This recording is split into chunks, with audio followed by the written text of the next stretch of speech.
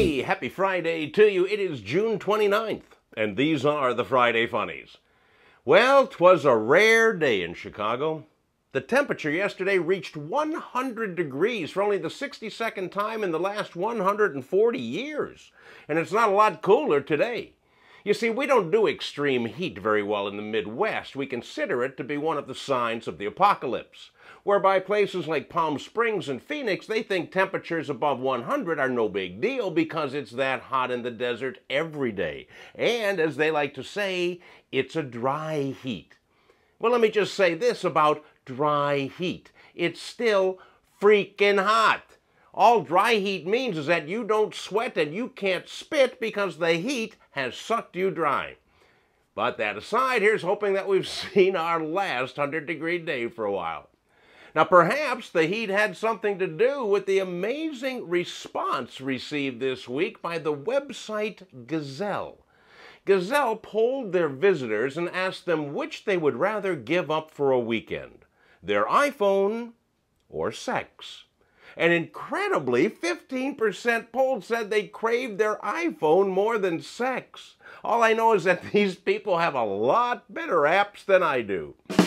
Well, the heat will make people act crazy, but the crazies in this week's news have nothing to blame but their own stupidity.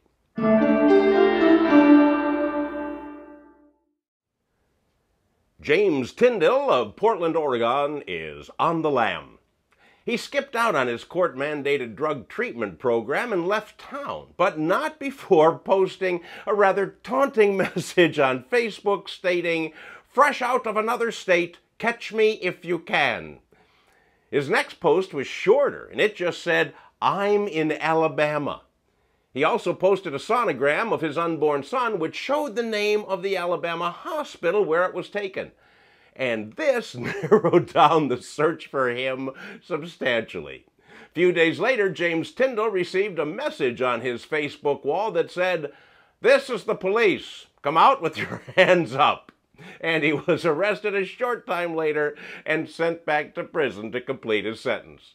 His last Facebook post said, "Offline for a while, back in 2.5 years.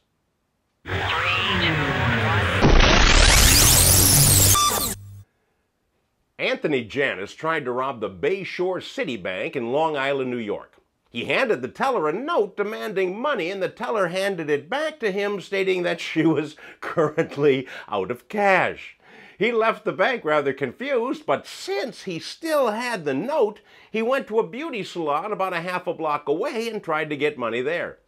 The employee there gave him some cash, but apparently not enough to get very far away, because Janus was arrested a few hours later and charged with both robbery and attempted robbery. But you've got to admire his perseverance.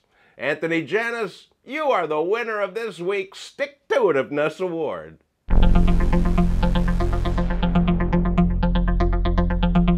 A woman in Palo Alto, California was walking across University Avenue when a Range Rover full of teenage punks drove by and threw a milkshake at her, hitting her in the face. Well, this woman was incensed, and she fought back with the only weapon she had at her disposal, her purse. So she hurled her alligator skin purse at the vehicle, and it landed in the open window of the car. So now she's got Milkshake on her face and has lost her designer purse containing $2,000. Boy, that ought to teach those thugs a lesson. Police are currently looking for teenagers with a stylish purse and a lot of spending money.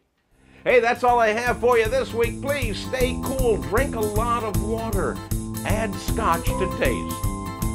I'll see you next week.